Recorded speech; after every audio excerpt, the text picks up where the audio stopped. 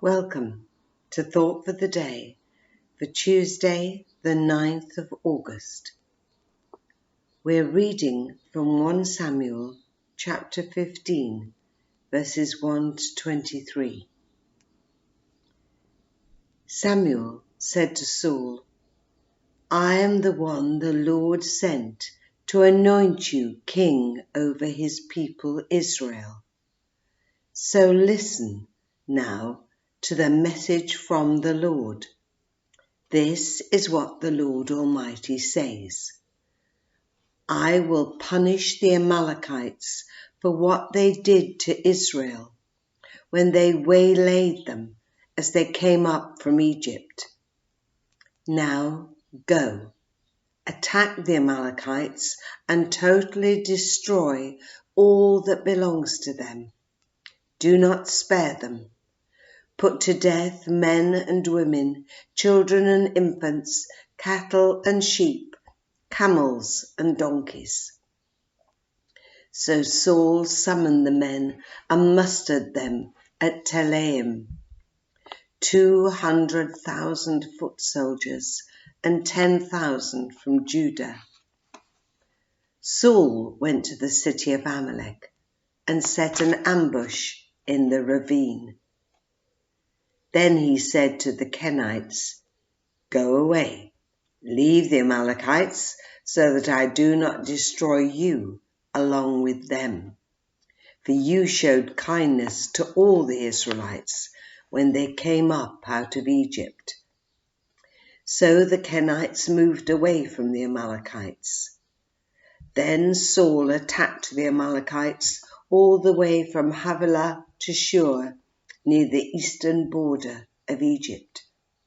He took Agag, king of the Amalekites, alive, and all his people he totally destroyed with the sword.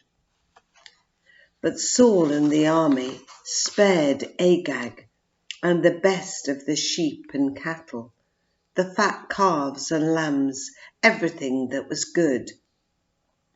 These they were unwilling to destroy completely, but everything that was despised and weak they totally destroyed.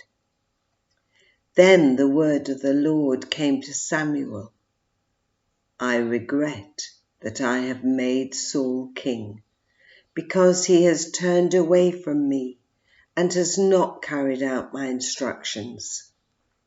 Samuel was angry, and he cried out to the Lord all that night. Early in the morning, Samuel got up and went to meet Saul. But he was told, "Saul has gone to Carmel. There he has set up a monument in his own honor and has turned and gone on down to Gilgal." When Samuel reached him, Saul said, "The Lord bless you. I have carried out the Lord's instructions." But Samuel said, "What then is this bleating of sheep in my ears? What is this lowing of cattle I hear?" Saul answered, "The soldiers brought them from the Amalekites. They spared the best of the sheep and cattle to sacrifice to the Lord your God, but we totally destroyed the rest." "Enough," Samuel said to Saul. "Let me tell you what the Lord said to me last night." "Tell me," Saul replied. Samuel said, "Although you were once small in your own eyes, did you not become the head of the tribes of Israel? The Lord anointed you king over Israel, and he sent you on a mission, saying, 'Go and completely destroy those wicked people, the Amalekites. Wage war against them until you have wiped them out.' Why did you not obey the Lord? Why did you pounce on the plunder and do evil in the eyes of the Lord?" "But I did obey the Lord," Saul said. I went on the mission the Lord assigned me. I completely destroyed the Amalekites and brought back Agag their king. The soldiers took sheep and cattle from the plunder, the best of what was devoted to God, in order to sacrifice them to the Lord your God at Gilgal. But Samuel replied, Does the Lord delight in burnt offerings and sacrifices as much as in obeying the Lord? To obey is better than sacrifice, and to heed is better than the fat of rams. For rebellion is like the sin of divination, and arrogance like the evil of idolatry. Because you have rejected the word of the Lord, he has rejected you as king. I'm going to leave on one side what Saul was instructed to do. We live on the resurrection side of the cross, and we look back to Jesus, who told us to love our enemies, not annihilate them.